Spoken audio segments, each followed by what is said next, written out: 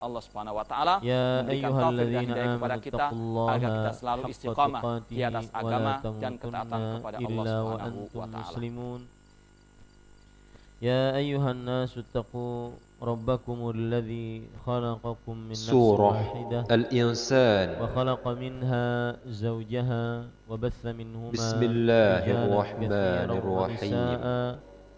واتقوا الله هل أتى على تساءلون به الإنسان والأرحام حين من إن الدهر الله لم كان يكن عليكم شيئا رقيبا مذكورا يا أيها Bukankah pernah الذين datang آمنوا kepada اتقوا manusia الله waktu وقولوا قولا سديدا يصلح لكم أعمالكم ويغفر لكم ذنوبكم ومن يطع الله ورسوله فقد فاز فوزا عظيما أما بعد فإن أصدق الحديث كتاب الله وأحسن الهدي هدي محمد صلى الله عليه وعلى آله وسلم وشر الأمور محدثاتها وكل محدثة بدعة وكل بدعة ضلالة وكل ضلالة في النار.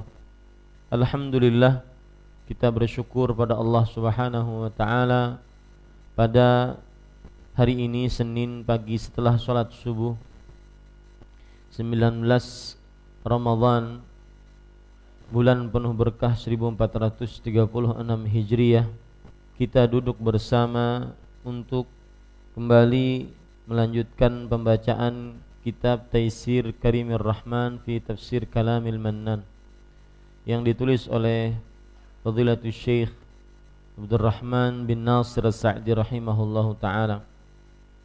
Salawat dan salam semoga selalu Allah berikan kepada Nabi kita Muhammad sallallahu alaihi wa ala alihi wasallam, pada keluarga beliau, para sahabat, serta orang-orang yang mengikuti beliau sampai hari kiamat kelak. Dengan nama-nama Allah yang husna dan sifat-sifat yang ulia, saya berdoa, Allahumma inna na'udzubika an nusyrika bika wa nahnu na'lam wa nastaghfiruka lima la na'lam. Wahai Allah, kami berlindung denganmu dari mensyirikkanmu dalam keadaan kami menyadarinya, dan kami memohon ampun, minta maghfirah kepadamu dalam keadaan tidak menyadarinya. Amin ya rabbal alamin.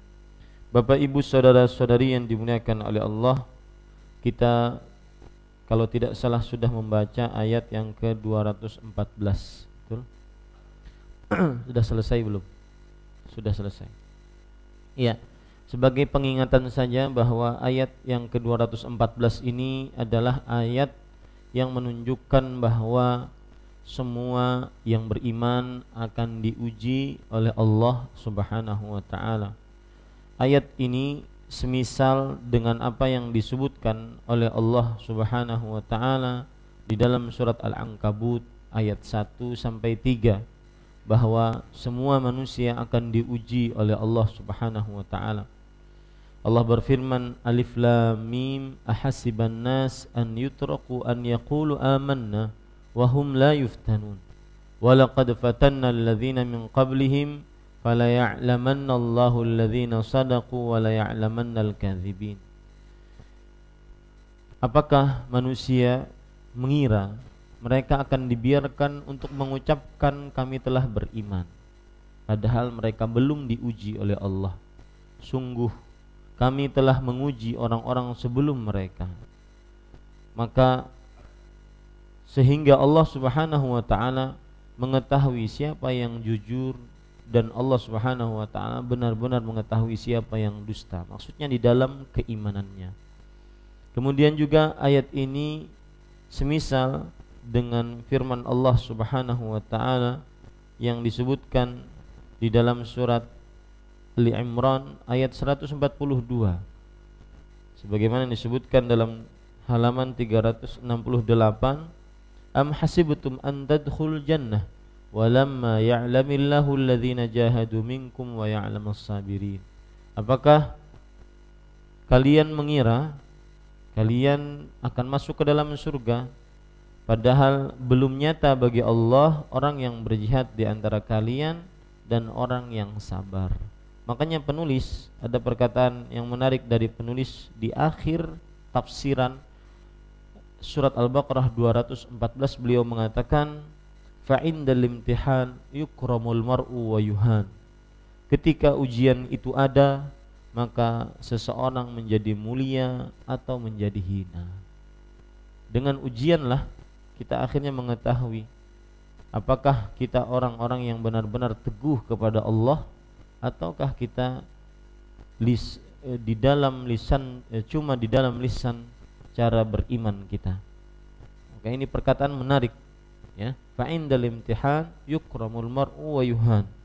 Artinya ketika ujian itu ada, maka seseorang menjadi mulia atau menjadi hina. Menjadi mulia kenapa? Karena dia sabar dengan ujian yang ada. Dan menjadi hina kenapa? Karena dia tidak sabar dengan ujian yang ada, akhirnya tidak masuk ke dalam surganya Allah Subhanahu wa taala sebagaimana janji Rasul sallallahu alaihi wa ala alihi wasallam. Berarti bisa dikatakan pula di balik ujian terdapat dua keadaan. Bisa menghinakan, bisa memuliakan. Ujian bisa memuliakan seseorang jika ia sabar menghadapi ujian tersebut, dan ujian bisa menghinakan seseorang jika dia tidak sabar untuk menghadapi ujian tersebut. Kita baca ayat yang ke-215. A'udzu billahi minasy syaithanir rajim. Yas'alunaka madza yunfiqun qul ma anfaqtum min khairin falil walidaini wal aqrabin wal yatama wal masakin wabnis sabil وَمَا تَفْعَلُوا مِنْ خَيْرٍ فَإِنَّ اللَّهَ بِهِ عَلِيمٌ. Artinya, mereka bertanya kepadamu tentang apa yang mereka nafkahkan. Jawablah, apa saja harta yang kamu nafkahkan hendaklah diberikan kepada ibu bapa, kaum kerabat, anak yatim, orang-orang miskin, dan orang-orang yang sedang dalam perjalanan. Dan kebaikan apa saja yang kalian buat, maka sesungguhnya Allah Maha mengetahuinya. Al-Baqarah 215. Penulis rahimahullahu ta'ala berkata pada ayat ini, ay yas'alunaka 'anin nafaqah wa hadza ya'ummus su'al 'anil munfiqi wal munfaqa 'alaihi fa'ajabahum anha faqala qul ma anfaqtum min khair. Artinya, maksudnya mereka bertanya. Mereka di sini, para ikhwan yang dirahmati oleh Allah Subhanahu wa taala, adalah orang-orang muslim. Mereka di sini adalah para sahabat. Mereka di sini adalah para sahabat. Bertanya kepadamu. Mu di sini adalah Nabi Muhammad sallallahu alaihi wa ala alihi wasallam. Mu di sini adalah Nabi Muhammad sallallahu alaihi wasallam tentang nafkah. Nafkah artinya adalah pemberian dari seseorang kepada yang di bawah tanggung jawabnya. Itu nafkah. Dan ini yang membedakan dengan sedekah. Kalau sedekah adalah pemberian kepada seseorang berharap pahala dari Allah. Sedangkan nafkah adalah pemberian seseorang kepada orang-orang yang di bawah tanggung jawabnya. Seperti yang disebutkan dalam ayat-ayat ini, di antaranya bapak, ibu, anak, istri, kemudian orang-orang miskin. Kemudian di sana ada istilah yang ketiga, yaitu zakat. Zakat adalah sedekah yang wajib. Ini bedanya antara tiga istilah: sedekah, infak, dan zakat. Sedekah adalah pemberian yang diberikan oleh seseorang kepada orang lain, berharap pahala dari Allah Subhanahu wa ta'ala.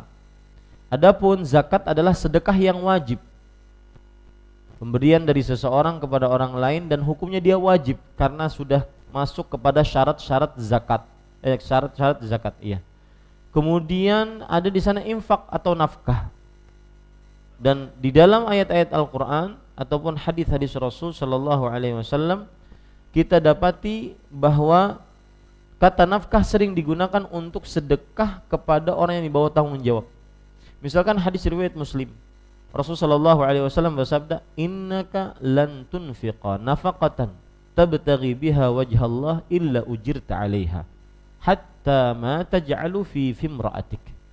Sesungguhnya engkau tidaklah menafkahkan sebuah nafkah yang engkau berharap pahala darinya, melainkan engkau akan diberikan ganjaran atasnya, sampai sebuah suapan makanan yang engkau suapkan ke mulut istrimu. Nah, lihat di sini ada kaitan antara istilah nafkah dengan istri. Di dalam surat At-Talaq, Allah Subhanahu wa taala berfirman, "Liyunfiq dzu sa'atin min sa'atihi, wa man qudira 'alaihi rizqahu falyunfiq mimma ataahu Allah." Hendaklah suami memberikan nafkah kepada istrinya sesuai dengan keluasan hartanya. Barang siapa yang disempitkan hartanya, maka waman qudira alaihi falyunfiq mimma atah, maka hendaklah dia berikan nafkah sesuai dengan apa yang diberikan oleh Allah kepadanya. Ini menunjukkan bahwa wajib suami untuk memberikan nafkah. Baik suami itu kaya miskin, baik sang istri kaya atau miskin, tetap wajib sang suami memberikan nafkah. Nah, ini menunjukkan bahwa kata nafkah sering dipakai di dalam sedekah yang diberikan kepada orang-orang di bawah tanggung jawab. Istri, anak, orang tua, kerabat, itu namanya apa? Nafkah. Dan hukumnya wajib. Ada penjelasan menarik dari Al-Hafidz Ibnu Hajar Asqalani rahimahullah di dalam kitab beliau Fathul Bari, ketika beliau menjelaskan hadis yang saya sebutkan tadi. Sesungguhnya engkau tidaklah menafkahkan hartamu kepada istrimu yang kamu berharap pahala di sana, kecuali kamu akan diganjar sebagai sebuah sedekah. Penjelasannya yang menarik adalah seorang suami tatkala menafkahi istrinya, anak-anaknya, maka dia sebenarnya harus ada di dalam dirinya perasaan berharap pahala dari Allah Subhanahu wa taala. Dan ini yang sering dilupakan oleh para suami. Oh, ini kewajiban saya enggak perlu berharap pahala. Enggak. Meskipun dia memberikan nafkah dan itu wajib bagi dia, tapi jangan lupa berharap pahala dari suami, dari menafkahi istri dan anak-anaknya tersebut. Karena di situ amal ibadah yang dilakukan oleh seorang suami di dalam menafkahi istri dan anak-anaknya. Maka ini pelajaran menarik, ya. Sebagian orang, kata Al-Hafidz Ibnu Hajar Al-Asqalani rahimahullah, sebagian suami mereka tidak meletakkan ini di dalam dirinya tatkala menafkahi istrinya, karena merasa ini wajib, ini kewajiban saya. Nah, ini tidak harus ada di dalam diri ketika Anda menafkahi anak istri Anda, yaitu merasa berharap pahala dari Allah Subhanahu wa taala. Dan ini salah satu kemuliaan menafkahi anak dan istri, ya, menafkahi anak dan istri. Kita lanjutkan. Maksudnya mereka bertanya kepadamu tentang nafkah, dan ini mencakup pertanyaan tentang apa yang diinfakkan dan siapa yang akan diberikan infak. Ya, bahasa Arabnya di situ anil munfaqi wal munfaqi alaih. Artinya apa yang diinfakkan, munfaq di situ. Apa yang dinafkahkan dan dan kepada siapa diberikan nafkahnya. Fa ajabahum anha, maka Allah menjawab mereka tentang hal itu. Allah berfirman, "Qul ma anfaqtum min khair ay malin qalilin aw katsirin fa aulan nasi bihi wa ahaqquhum bittaqdim a'zamuhum haqqan 'alaik wa humul walidan alwajibu birruhuma wal muharramu 'uququhuma wa min a'zami birrihima an-nafaqatu 'alaihima wa min a'zamil 'uquq tarkul infaq 'alaihima wa lihadza kanatin nafaqah 'alaihima wajibatun 'alal waladil musir."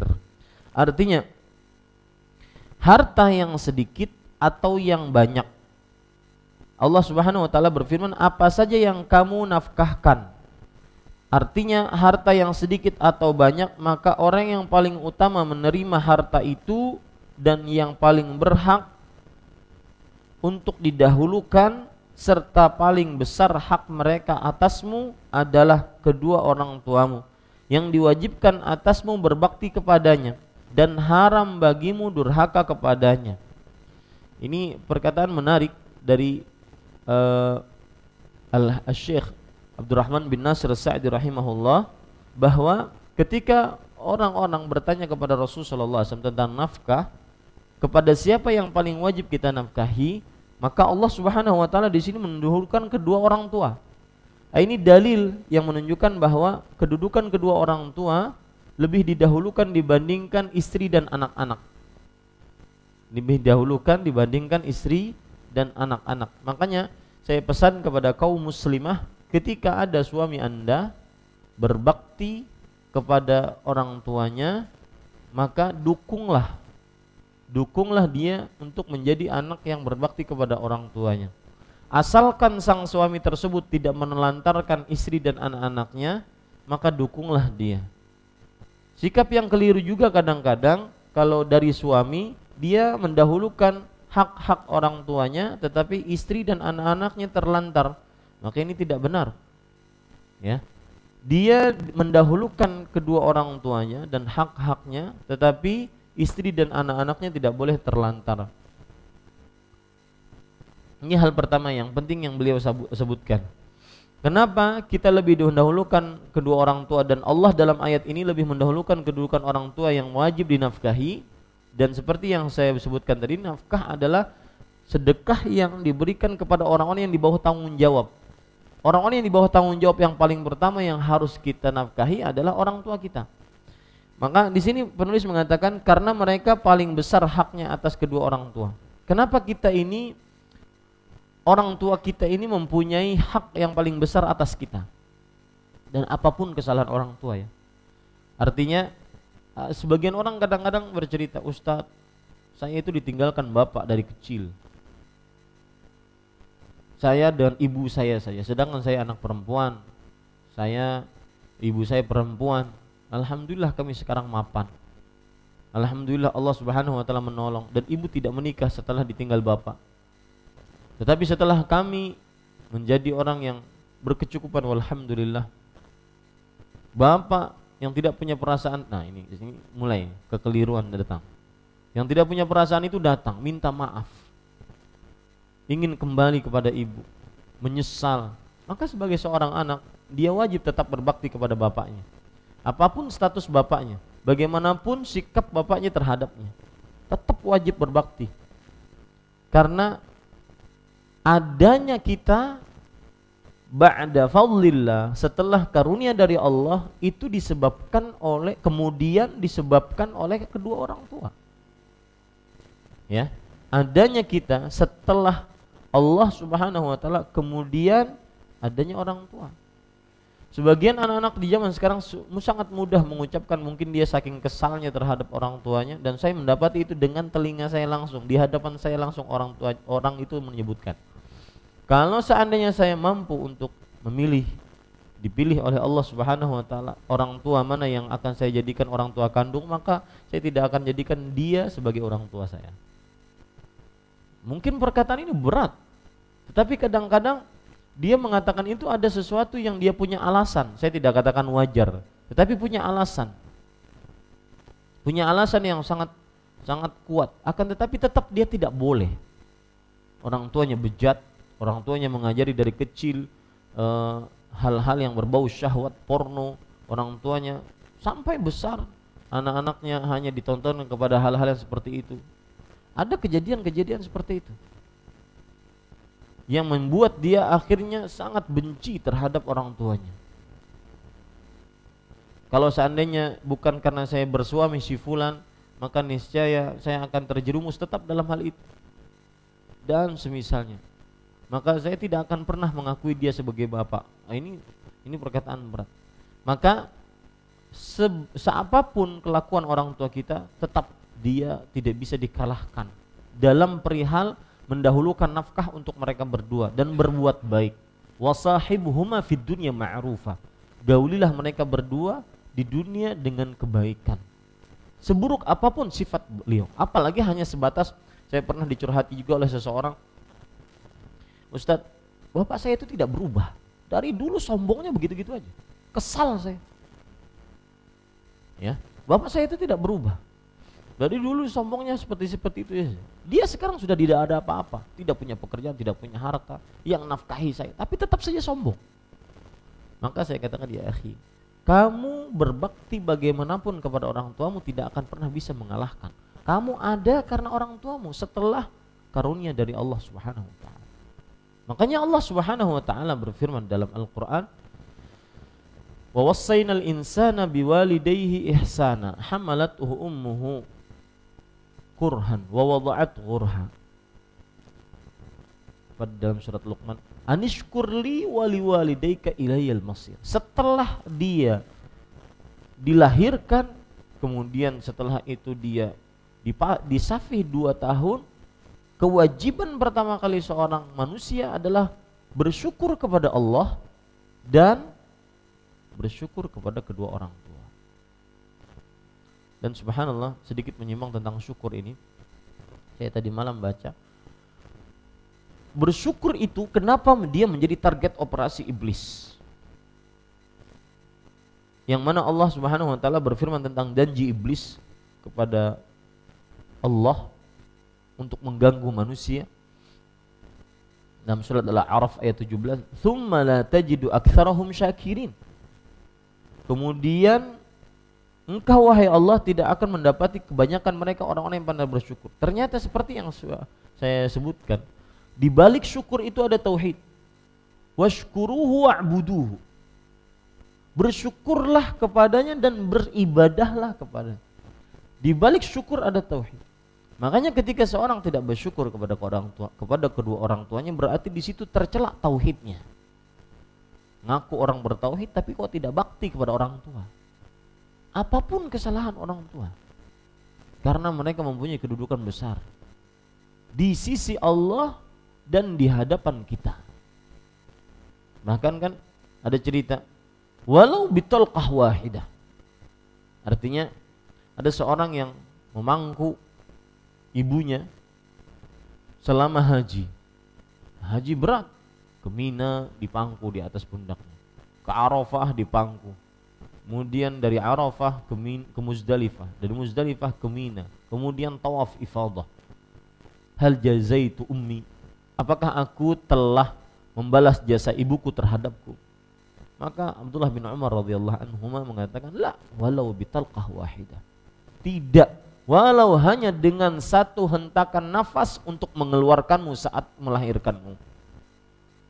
Tidak akan bisa sama kita untuk membayar jasa-jasa orang tua. Maka Bapak Ibu saudara-saudari yang dimuliakan oleh Allah Subhanahu wa taala,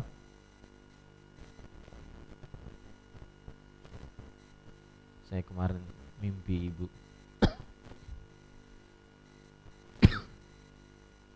persis di depan pintu seperti kebiasaan beliau masuk rumah, dalam keadaan tertutup rapat. Rahimahullah ta'ala. Taib, Bapak Ibu saudara-saudari yang dimuliakan oleh Allah Subhanahu wa taala, makanya penulis di sini mengatakan, maka orang yang paling utama menerima harta itu dan yang paling berhak untuk didahulukan serta paling besar hak mereka atasmu, lihat, paling besar hak mereka atasmu adalah kedua orang tua, yang diwajibkan atasmu berbakti kepadanya dan haram bagimu durhaka kepadanya. Ini konsekuensi. Ketika sesuatu itu diwajibkan, maka meninggalkannya pun diharamkan. Ketika sesuatu itu diwajibkan, maka kebalikan darinya diharamkan. Itu konsekuensi selalu. Diwajibkan sholat, berarti diharamkan meninggalkannya. Diwajibkan bakti, berarti diharamkan meninggalkannya. Ya. Dan wajib artinya adalah, para ulama usul fikih mengatakan, fi'lul mukallaf alladhi yudhammu tarikuhu qasdan. Artinya perbuatan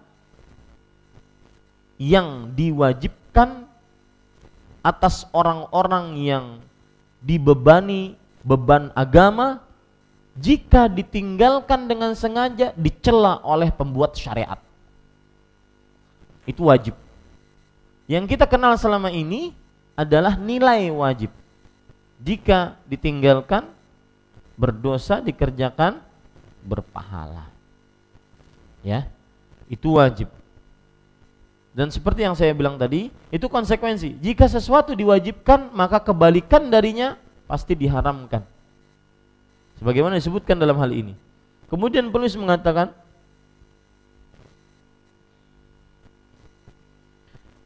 di antara cara berbakti paling agung kepada mereka adalah memberi nafkah kepada keduanya. Lihat kata-kata di antara cara berbakti paling agung. Berarti cara berbakti itu banyak. Yang paling agung adalah memberi nafkah kepada keduanya. Dan di antara kedurhakaan yang paling besar adalah tidak memberi nafkah bagi keduanya. Dan di zaman sekarang sangat mudah, Bapak, Ibu, saudara-saudari yang dimuliakan oleh Allah, untuk memberikan nafkah. Dalam artian kita bisa dengan berbagai macam cara untuk bisa memberikan nafkah kepada kedua orang tua kita. Misalkan kita buatkan mereka tabungan, sehingga dengan tabungan tersebut kita akan rutin untuk memberikan nafkah kepada mereka. Kapan saja mereka bisa ambil, ya. Maka saya ingatkan di sini, sangat tercela seorang yang hitung-hitungan dengan orang tuanya. Subhanallah, na'udzubillah. Hitung-hitungan dengan orang tuanya. Pian bahutang saya ini bahaya. Bukankah Rasulullah SAW bersabda kepada seorang anak yang mengadukan bapaknya, anta wa maluka li abik, kamu dan hartamu itu milik bapakmu. Makanya para ulama mengatakan dalam perihal hudud, hukum qisas, kalau seandainya ada seorang bapak tertangkap basah mencuri harta anaknya, maka dia atau bahkan membunuh anaknya, maka damuhu hadar. Damuhu hadar itu artinya darahnya itu tidak ada nilai. Darah anaknya di hadapan bapaknya itu tidak ada nilai. Ini yang terjadi zaman sekarang, malah anak memperkarakan, mengadilkan ibunya, orang tuanya ke pengadilan. Na'udzubillah. Bahkan dalam perkara yang sangat-sangat sepele. Ya, ini akibat kenapa? Keadaan-keadaan yang sangat menyedihkan dan ironi seperti ini akibat jauh dari agama. Pokoknya solusi semua hal yang ada di dalam permasalahan-permasalahan dan problematika hidup itu ada dalam persuasif agama. Tidak ada yang lain. Tidak akan pernah ada jika seseorang mengetahui kedudukan orang tua dalam Islam, tidak akan pernah ada yang mengadukan orang tuanya dalam perihal hukum perdata atau hukum pidana. Tidak ada. Ini para ikhwan yang dirahmati oleh Allah Subhanahu wa taala. Maka perhatikan baik-baik, seorang orang tua ketika mengambil harta anaknya, maka Rasulullah SAW mengatakan, anta wa maluka li abik, engkau dan hartamu adalah milik bapakmu. Meskipun demikian, orang tua tidak boleh semena-mena terhadap harta anaknya. Akan tetapi ketika ada terambil harta anaknya, maka tidak dianggap sebagai dia mengambil hartanya sendiri. Dan tercelalah anak pada saat itu kalau seandainya dia menganggap sebagai hutang, terlalu berhitung dengan orang tuanya. Kemudian para ikhwan yang dirahmati oleh Allah Subhanahu wa taala, karena itu memberi nafkah kepada keduanya adalah wajib atas seorang anak yang berada dalam kondisi lapang. Ya, kondisi lapang. Ada pertanyaan kemarin yang ditanyakan kepada saya dari kajian ibu-ibu, Ustaz, bagaimana kalau seandainya sang anak itu dia tidak lapang, kemudian dia ingin menunaikan ibadah haji, sedangkan atau ingin bersedekah, sedangkan orang tuanya pertanyaan begini, bagaimana kalau sang anak itu mempunyai hutang, sedangkan orang tuanya mempunyai hutang. Mana yang dia lebih dahulukan untuk membayarnya? Apakah membayar hutangnya dulu ataupun pada hutang orang tuanya? Maka jawabannya sama, yaitu Allah Subhanahu wa taala berfirman, la yukallifullah nafsan illa wus'aha. Allah tidak membebani seseorang kecuali sesuai dengan kemampuannya. Hutang yang dia miliki wajib dia bayarkan sebelum membayar hutang orang tuanya. Karena Allah Subhanahu wa taala berfirman dalam hadis qudsi riwayat Bukhari, "Wa ma taqarraba ilayya 'abdi bi syai'in ahabba ilayya mimma aftaradtu 'alaih." Tidaklah hambaku mendekatkan dirinya kepadaku dengan sesuatu yang paling aku cintai dibandingkan apa yang telah aku wajibkan atasnya. Melunasi hutang dia sendiri itu pada saat ini lebih wajib dibandingkan melunasi hutang orang tuanya. Sebagaimana berhaji untuk dirinya sendiri lebih utama dahulu dibandingkan dia berhaji untuk kedua orang tuanya. Sebagaimana sabda Rasulullah SAW dalam hadis Syuburmah, hujja an nafsika thumma an Syuburmah. Berhaji dulu untuk dirimu wahai fulan, kemudian nanti tahun depan baru berhaji untuk Syuburmah. Maka meskipun kita diwajibkan untuk bakti orang tua, memberi nafkah kepada orang tua, maka tatkala kita masih punya hutang, maka kita tetap wajib untuk membayar hutang kita sendiri dulu baru menafkahi orang tua. Ini saya singgung kenapa? Karena penulis mengatakan yaitu wajib atas seorang anak yang berada dalam kondisi lapang. Kondisi lapang. Baik. Wa min ba'dil walidain wal aqrabun ala ikhtilafi tabaqatihim al aqrab fal aqrab ala hasbil qurbah wal hajah fal infaqu alaihim shadaqatun wasilah. Setelah kedua orang tua adalah sanak keluarga menurut tingkatannya. Kata-kata menurut tingkatannya yaitu yang terdekat lalu yang lebih dekat menurut kedekatannya dan kebutuhannya. Jadi kita lihat manusia itu ada dia di dalam kehidupan dia, ada orang-orang yang terdekat, kerabat, dan ada kerabat yang terdekat. Misalkan ini manusia, maka orang terdekatnya yaitu bapak ibunya, bapak ibu. Kemudian juga orang yang terdekatnya adalah anak laki-laki, anak perempuan. Orang terdekatnya yaitu saudara kandung, saudara sebapak, saudara seibu. Ya. Ini orang-orang yang terdekat. Kemudian ada di sini paman atau bibi. Sini juga paman atau bibi. Kemudian nanti di sini ada siapa? Istri. Hah? Apa? Istri jangan dilupakan. Gimana mau makan? Ya. Baik, ada di sini cucu. Ya. Di sini ada keponakan. Sini ada keponakan. Nah, itulah orang-orang terdekat dari seorang manusia. Maka lebih dahulukan mereka, ya. Dan subhanallah, mendekat atau bergaul dengan akrab kepada kerabat itu seni tersendiri dalam berbakti kepada orang tua. Ya. Paman, bibi kita itu indah sekali kita berhubungan dengan mereka. Seakan-akan kita berhubungan dengan ibu kita. Karena mereka adalah mempunyai sifat-sifat yang kadang-kadang mempunyai kesamaan. Makanya lihat Rasulullah SAW, beliau sangat dekat dengan paman-paman beliau. Ya, paman-paman beliau, kemudian bibi-bibi beliau Sofiyah, kemudian keponakan-keponakan beliau sangat dekat. Ya, anak paman sepupu beliau Abdullah bin Abbas, ya sangat dekat beliau dengan sepupu-sepupu. Itu kurang mungkin ditambahi dengan sepupu-sepupu anak paman. Itu kerabat-kerabat yang terdekat. ya, dari seorang manusia. Maka ini perlu diperhatikan yang seperti ini.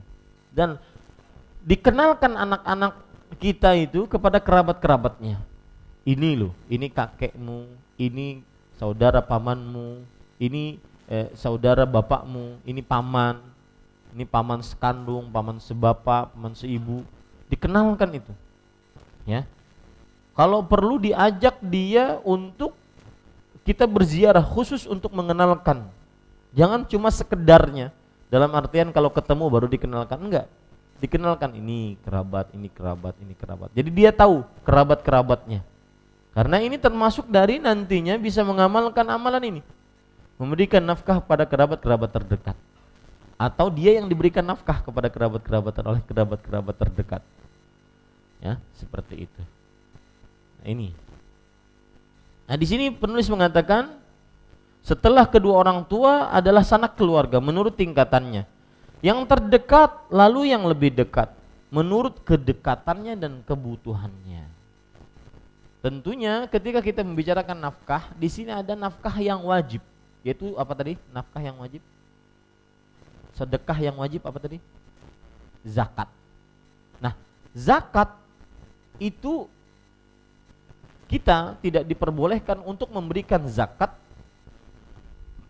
kepada orang-orang yang di bawah tanggung jawab. Ini yang orang di bawah tanggung jawab seseorang.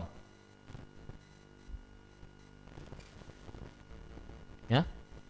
Sekitar 5 ini adalah orang ini bawah tanggung jawab. Kalau perlu ini, kalau memang saudaranya membutuhkan, adik kakaknya membutuhkan, ini orang-orang yang bawah tanggung jawab. Nah, orang-orang ini tidak boleh dapat zakat, ya, tidak boleh dapat zakat. Tetapi bukankah nanti di sini ada orang-orang yang kerabat-kerabat terdekat juga, misalkan sepupu, di sini sepupu, ya. Ini ada kerabat-kerabat terdekat, ada paman. Ini mereka berhak ataupun mereka lebih utama untuk diberikan zakat. Ada orang rumah tinggal di rumah kita, maksudnya yang membantu pekerjaan istri kita. Orang rumah yang tinggal di rumah kita, tetapi bukan kerabat. Meskipun dia setiap hari di rumah kita, tetapi bukan kerabat. Maka untuk urusan zakat lebih didahulukan pada kerabat ini, meskipun tidak pernah ke rumah kita. Kenapa? Karena Rasulullah SAW bersabda, as-sadaqatu 'alal miskin sadaqah, was-sadaqatu 'ala dzir rahim sadaqatun wasilah. Bersedekah kepada orang miskin itu dianggap sedekah, dan bersedekah kepada orang miskin yang kerabat dia dianggap mendapatkan 2 pahala, sedekah dan menyambung hubungan kekerabatan. Bisa dikatakan seseorang itu berakhlak baik ketika dia dekat dengan kerabat-kerabatnya, tahu paman-pamannya, tahu keponakan-keponakannya, tahu sepupu-sepupunya, ya, tahu ini paman bibi, ya, bahkan mungkin kakek, saudara kakek. Wah, ini luar biasa. Saudara kakek, saudari kakek, kakeknya habis itu beristri 4. Wah, tambah luas, ya.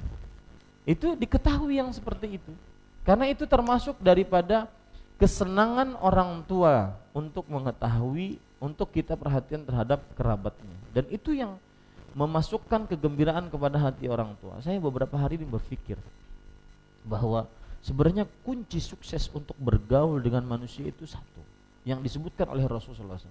Bagaimana orang yang kita gauli itu bisa kita masukkan ke dalam dirinya kesenangan, kegembiraan, tidak sakit hati dengan kita. Dan ini yang disebutkan oleh Rasulullah SAW. Ayyul amali ahabbu ilallah. Amalan apa yang paling disukai oleh Allah Subhanahu wa taala? Sururun yudkhilu ala qalbi muslim. Kegembiraan yang engkau masukkan ke dalam hati seorang muslim. Dalam hadis yang lain Rasulullah SAW bersabda, wal ya'ti ilan nas ma yuhibbu an yu'ta ilaih. Engkau gauli manusia dengan sesuatu yang dia suka digauli dengan itu. Jadi menjaga perasaan seseorang itu kunci sukses bergaul di dunia, ya. Kunci sukses menjaga bagaimana seseorang perasaannya tetap gembira, senang, tidak resah, tidak sedih, terutama akibat perbuatan kita, itu kunci sukses bergaul. Dan bergaul dengan manusia, terutama para kerabat, ini adalah salah satu akhlak mulia. Bisa mengalahkan orang yang sholat semalaman suntuk, puasa seharian penuh setiap hari. Bergaul dengan manusia dengan akhlak yang baik, maka dia bisa mengalahkan pahala sholat semalaman suntuk. Ya, Rasul di sini adalah sabda Rasul sallallahu alaihi wasallam yang berbunyi, "Ma min syai'in athqalu fil mizan min husnil khuluq." Tidak ada sesuatu apapun yang lebih berat ditimbangan dibandingkan akhlak yang baik. Termasuk akhlak yang baik adalah dia menyambung hubungan kekerabatan. Yang paling dekat, kemudian selanjutnya.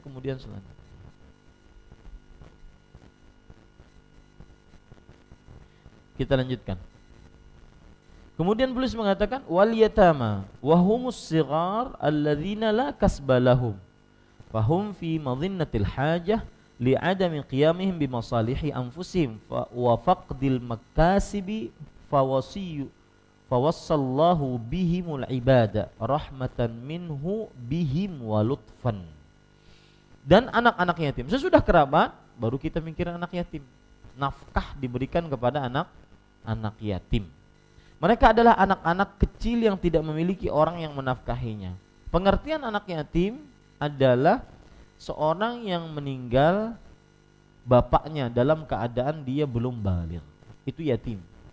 Kalau sudah balik berarti keyatimannya diangkat. Ya. Kai-kai ada pernah berpandir lawan ulun.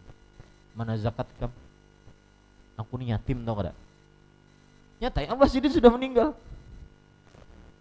Ya, yatim itu untuk anak anak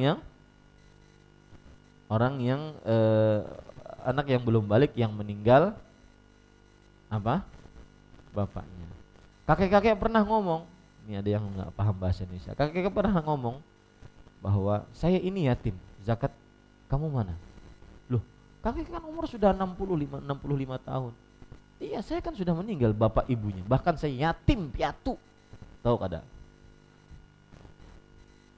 Ya, ini tidak. Jadi yatim itu bisa terangkat keyatimannya kapan dia balik. Anak-anak kecil yang tidak memiliki orang yang menafkahi mereka, sehingga mereka adalah orang-orang yang biasanya sangat membutuhkan. Mereka tidak mampu mengurus kemaslahatan diri mereka sendiri dan tidak ada orang yang menafkahi, mencari nafkah untuk mereka. Allah mewasiatkan mereka kepada hamba-hambanya sebagai kasih sayang darinya kepada mereka dan kemurahannya. Ini perkara menarik ya dibahas. Perkataan beliau ini, fawassallahu bihimul ibada rahmatan minhu bihim wa lutfan. Terjemahannya di sini, Allah mewasiatkan mereka kepada hamba-hambanya. Begitulah cara Allah merahmati hambanya melalui sarana anak yatim. Siapa yang ngurus? Siapa yang menjadi kafilnya? Maka Allah memberikan wasiat kepada hamba-hamba yang mampu untuk mengurus anak yatim. Di situ nanti timbul sarana-sarana dari Allah, yaitu keutamaan-keutamaan mengurus anak yatim. Ana wa kafilu yatimi kahataini fil jannah. Aku dengan orang yang mengurus anak yatim seperti ini di surga. Wasyar bis sababah wal usta. Nabi Muhammad SAW kemudian memberikan jari telunjuknya kemudian jari tengahnya seperti ini, dekat sekali dengan Rasul sallallahu alaihi wasallam. Itu sarana dari Allah agar anak yatim tersebut ada yang mengurus. Dan itu rahmat Allah Subhanahu wa taala. Ingat ya, orang saya beri ini pelipur lara bagi pelipur hati bagi hati-hati yang mungkin sedih, resah, gelisah, terutama dengan masalah ekonomi, dengan masalah kesedihan, dengan masalah penyakit atau yang semisalnya. Ekonomi terutama. Sering seseorang mengeluh, nah, ekonomi kapan, gimana saya nanti, anak saya nanti makan apa, sekolah bagaimana. Maka pelipur laranya adalah pasti akan ada hamba-hamba Allah yang Allah jadikan orang tersebut kasih sayang terhadap yang si miskin. Selalu seperti itu. Ya. Sebagaimana dikatakan oleh penulis di sini, fawassallahu bihimul ibada rahmatan minhu bihim walutfan. Allah mewasiatkan mereka, yaitu mewasiatkan untuk anak-anak yatim kepada hamba-hamba Allah yang diluaskan rezekinya sebagai rahmat dari Allah. Sebagai rahmat dari Allah Subhanahu wa taala dan sebagai bentuk kelembutan dan kasih sayang Allah Subhanahu wa taala. Tidak mungkin Pak Allah menghinakan hambanya, menyengsarakan hambanya, itu mustahil. Mustahil. Maka hilangkan dari dalam benak kita kapan kita miskin, terlilit dengan hutang, kemudian apapun yang berkaitan dengan kesempitan rezeki, maka hilangkan bahwa Allah Maha Pengasih. Hilangkan perasaan seperti itu dan letakkan di dalam diri kita, Allah Maha Pengasih. Allah Maha Pemberi rahmat atas hamba-hambanya. Mustahil Allah menyengsarakan hambanya. Ini hanya sebatas ujian yang kita diuji oleh Allah, kita sabar atau tidak sabar. Kemudian penulis mengatakan, dan ya, itu yatim sudah kita bahas. Wal masakin wahum ahlul hajat wa arbabud darurat alladzina askanathumul hajah fayunfiqu alaihim lidaf'i hajatihim wa ighna'ihim. Dan orang-orang miskin, mereka ini adalah orang-orang yang membutuhkan dan terdesak serta dililit kekurangan, maka mereka itu diberi nafkah demi menutup kebutuhan mereka dan mencukupkan mereka. Itu pengertian miskin. Miskin itu adalah orang yang mempunyai penghasilan yang tidak mencukupi. Kalau ingin lebih detail lagi, orang yang mempunyai penghasilan yang tidak mencukupi setengah dari keperluannya. Misalkan setiap hari dia memerlukan 200.000, dia cuma menghasilkan 50.000 per harinya. Maka ini orang miskin. Ya, orang miskin. Yaitu orang-orang yang tidak bisa menutupi seluruh kebutuhannya. Dia hanya bisa memberikan lebih kurang dari setengah dari kebutuhannya. Ini orang miskin namanya. Berarti yang lebih dari itu maka bukan miskin. Ya. Fakir adalah lebih miskin dari orang miskin. Fakir itu tidak punya pekerjaan sama sekali. Dan atau dia mempunyai pekerjaan yang fakir tidak punya pekerjaan sama sekali. Ya, makanya Allah dalam surat Taubah ayat 60 mendahulukan orang-orang 8 golongan yang mendapatkan harta zakat, itu adalah orang-orang yang didahulukan mereka dari sisi keperluannya. Innamas shadaqatu lil fuqara wal masakin. Sedekah yaitu zakat itu diberikan kepada orang fakir, kemudian miskin. Karena fakir lebih miskin dibandingkan miskin. Nah, ini salah satu fikih bersedekah. Kalau kita bersedekah, maka kita di sana ada fikih-fikihnya. Artinya ada cara bersedekah, bukan sekedar keluar duit. Tetapi mana yang lebih membutuhkan? Dari orang yang di hadapan kita yang membutuhkan, apakah dia fakir, apakah miskin? Ini salah satu cara bersedekah. Makanya disebutkan di sini oleh penulis serta dililit kekurangan, karena memang miskin itu identik dengan kekurangan. Kalau fakir identik dengan ketidakadaan. Nah itu, ya, itu bedanya antara fakir dengan miskin. Kita lanjutkan sedikit. Wa ibnis sabil ayil gharib al-munqati bihi fi ghairi baladihi fayu'anu ala safahi bin nafaqah allati tusiluhu ila maqsadihi.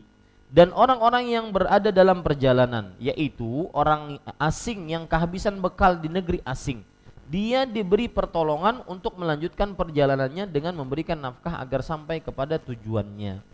Meskipun orang asing yang kehabisan bekal ini kaya di tempatnya.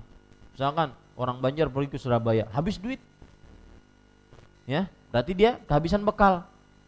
Maka ini boleh dikasih harta nafkah, harta zakat, ya. Engkau ini mentransfer dari ATM. Maka yang jelas kalau seandainya si fulan ini dia meskipun dia kaya di tempatnya, tetapi ketika dalam perjalanan dia habisan bekal, maka dia disebut juga sebagai seorang ibnus sabil. ya, ibnu sabil. Kemudian para ikhwan yang dirahmati oleh Allah Subhanahu wa taala, ada perkara menarik dalam perkara zakat. Zakat kita lihat ya, 8 golongan. Allah Subhanahu wa taala berfirman, "Innamas shadaqatu lil fuqara." Zakat itu diberikan kepada orang fakir, wal masakin, miskin, wal 'amilina 'alaiha, amil zakat, wal mu'allafati qulubuhum, yang mu'allafah, yang diikat hatinya. Ini 1 sampai 4. Ingat itu urutannya. Wal 'amilina 'alaiha wal mu'allafati qulubuhum wa fir riqab, dan budak yang ingin memerdekakan dirinya. Wal gharimin, dan orang yang berhutang, yang kelilit hutang. Wa bnis sabil, wal gharimin wa fi sabilillah wa bnis sabil, dan orang yang berjihad di jalan Allah, dan orang yang kehabisan bekal. Dari nomor 1 sampai nomor 4 itu tidak ada batasan kita memberikan harta zakat kita berapa saja. Apa tadi? Fakir, miskin, amil zakat, kemudian mu'allaf. Ini berapa saja kita beri boleh. Dalam artian misalkan kita punya uang zakat 25 juta, maka kita kasih kepada dia sekian juta, 25 juta semuanya boleh. Tapi untuk nomor 5 sampai nomor 8 ya, maka ini sesuai dengan keperluannya. Ya. Orang fir riqab, orang budak yang ingin memerdekakan budaknya, berapa sisa yang Anda belum bayar untuk memerdekakan diri Anda, kita kasih. Al-gharimin, berapa hutang Anda sisanya yang belum dibayar, kita kasih. Kemudian yang ketiga, fi sabilillah, mujahid. Ya. Berapa biaya untuk berjihad di jalan Allah, kita kasih. Sesuai dengan keperluan yang dia miliki, tidak boleh lebih. Kemudian wabni sabil, berapa pulang dari Surabaya ke Banjarmasin? Naik kapal dulu aja sini. Ya. Ya, kapal laut dengan pesawat hampir sama sekarang. Tidak kurang 100 ribuan saja. Maka seperti itu kita kasih. Ya, sesuai dengan keperluan yang dia miliki. Nah, itu perkara salah satu indahnya Al-Qur'an jika diperhatikan seperti itu. Dari nomor 1 sampai nomor 4 sesuai dengan silakan saja berapa diberi, tidak ada batasan. 5 sampai 8 sesuai dengan kebutuhannya. Kita lanjutkan. Penulis kemudian mengatakan, walamma khassasallahu ta'ala haula'il asnaf li syiddatil hajah amma ma ta'ala faqala wa ma taf'alu min khair min sadaqati 'ala haula'i wa ghairihim bal wa min jami'i anwa'it ta'at wal qurubat la li'annaha tadkhul fi ismil khair fa innallaha bihi 'alim fayujazikum 'alaihi wa yahfazuhu 'alakum kullun 'ala hasabi niyyatihi wa ikhlasihi wa kathratu nafaqatihi wa qillatiha wa syiddatil hajati ilaiha wa 'azami waqiha wa naf'iha. Ini penting. Ini salah satu fikih bersedekah. Perhatikan, setelah Allah mengkhususkan mereka yang telah disebutkan dalam ayat itu karena kebutuhan mereka yang sangat mendesak, orang tua, kemudian fakir, kemudian orang yang dalam perjalanan dan sebagainya. Ini disebutkan oleh Allah karena mereka lah yang lebih membutuhkan daripada yang lain. Maka Allah menyebutkan secara umum seraya berfirman, dan kebaikan apa saja yang kamu buat. Apa maksudnya? Yaitu orang ketika bersedekah kepada orang yang membutuhkan pasti dapat pahalanya. Dan juga ketika orang bersedekah kepada orang yang tidak membutuhkan, ya, juga dapat pahalanya. Misalkan kita salah ngasih sedekah, ulun semalam supan benar, Jumatan di Masjid As-Salam, ulun pakai mobil kijang, mobil perang ulun tuh, alhamdulillah, ya. Ayahanda Haji Hamsan pakai sepeda, Sidin pakai itu kah? Tinggi jalan. Sidin pakai sepeda. Ya. Intinya seseorang kadang-kadang bersedekah kepada orang kaya, misalkan membukakan puasa. Yang kita bukakan puasa orangnya kaya, tetap dapat pahalanya. Nah, gitu loh maksudnya. Bahkan ada riwayat orang yang bersedekah kepada orang yang berzina tetap dapat pahalanya. Pahala sedekah yang dia. Bukan berarti kita menolong dia untuk berzina. Berapa di situ ulun bayari pian? Nah, tidak, bukan seperti itu, bukan. Tapi tatkala kita kasih ternyata dia gunakan untuk melakukan perbuatan maksiat, maka ini tetap kita dapat pahalanya. Inilah makna dari firman Allah Subhanahu wa taala, dan kebaikan apa saja yang kamu buat, apa saja. Baik itu bersedekah kepada miskin atau tidak miskin. Bersedekah kepada orang yang membutuhkan atau tidak membutuhkan, dapat pahalanya. Ini indahnya sedekah. Dan ini salah satu fikih bersedekah. Seperti bersedekah terhadap mereka atau selain mereka, lihat, selain mereka. Bahkan segala bentuk ketaatan dan pendekatan diri.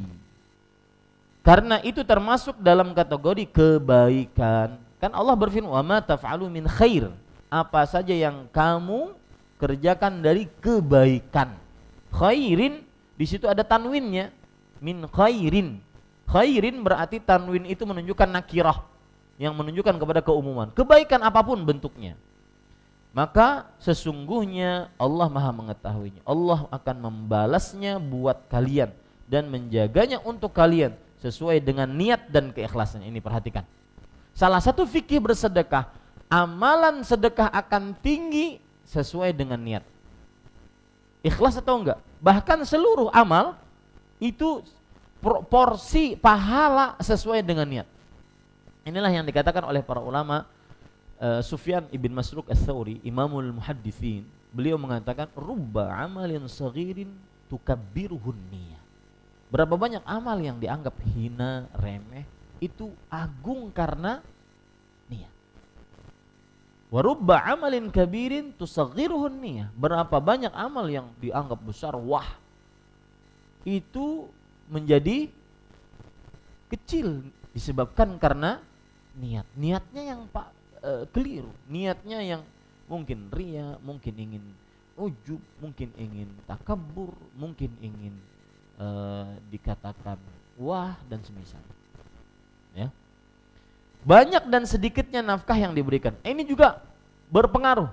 Banyak dan sedikitnya nafkah. Saya sering mengatakan hadis Rasulullah SAW riwayat Imam Abu Dawud, ketika beliau ditanya, ayyus sadaqati a'zamu ajran? Sedekah apa yang paling besar pahalanya? Rasulullah SAW menjawab, juhdun muqil. Sedekah yang dikeluarkan dalam keadaan bersusah payah dan keterbatasan harta. Ini yang dimaksudkan oleh penulis, sedikit dan banyaknya nafkah yang diberikan.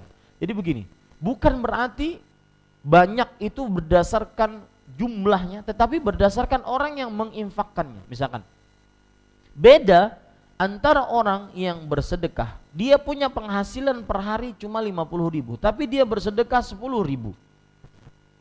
Ini pahalanya beda dengan orang yang punya penghasilan mungkin ratusan juta per harinya, dia bersedekah 1 juta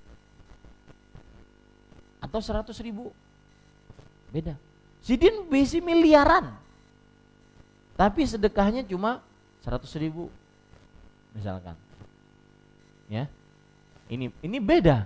Maka itu yang dimaksud dengan banyak dan sedikitnya nafkah yang diberikan. Kebutuhan yang mendesak terhadapnya dan besar manfaat gunanya. Lihat, berbeda kita memberikan nafkah kepada orang yang sangat membutuhkan dengan orang yang tidak membutuhkan. Makanya Rasulullah SAW bersabda, an-nafaqatu 'alal miskin shadaqah. Bersedekah kepada orang miskin itu dianggap sedekah. Tidak sama ketika kita bersedekah kepada orang yang tidak terlalu memerlukan. Ya, tidak terlalu memerlukan. Saya jadi ingat di Arab Saudi ada LSM, nama LSM-nya, Lembaga Swadaya Masyarakatnya, namanya adalah Tafrijul Kurubat. Artinya melapangkan kesulitan. Lembaga Swadaya Masyarakat namanya melapangkan kesulitan. Apa tugas ini LSM ini? Tugasnya adalah nyari janda-janda ataupun yang setengah janda. Maksud saya itu setengah janda itu gini, suaminya di penjara, ya, sedangkan dia punya anak-anak di penjara bukan karena kesalahan suaminya kongsi dagang dengan seseorang, si fulan kolega dagangnya ini berbuat curang, maka perusahaannya menanggung hutang, suaminya yang ditangkap orangnya ini kabur, dia nggak salah, ditangkap masukkan dalam penjara, anak istrinya siapa yang menafkahi? Nah, yang seperti ini datanglah LSM, Tafrijul Qurubat tadi, melapangkan kesulitan. Nyari orang-orang yang memerlukan, sangat menafkahkan hartanya. Ini loh orang yang diperlukan untuk dinafkahi, orangnya ini. bayarkan hutangnya, dia akan kembali menafkahi anak istrinya. Itu tidak sama dengan orang yang kita berikan sedekah dengan orang yang membutuhkan dengan orang yang tidak membutuhkan. Nah, ini fikih-fikih bersedekah ya. Perhatikan, kita tidak sama menafkahi kepada orang yang sangat membutuhkan dengan orang yang tidak membutuhkan. Lihat juga dalam 8 golongan tadi, dari nomor 5 sampai nomor 8, itu kan orang yang sangat memerlukan. Ya. Apa tadi? Hutang, budak, hutang, berjihad, ibnu sabil, yang sangat memerlukan. Maka ini lebih didahulukan dibandingkan orang yang setengah memerlukan. Ya, mudah-mudahan bermanfaat. Apa yang baiknya dari Allah Subhanahu wa taala. Wa sallallahu nabiyana Muhammad walhamdulillahirabbil alamin. Subhanakallahumma hamdika asyhadu an la ilaha illa anta astaghfiruka wa atubu ilaik. Wassalamualaikum warahmatullahi wabarakatuh.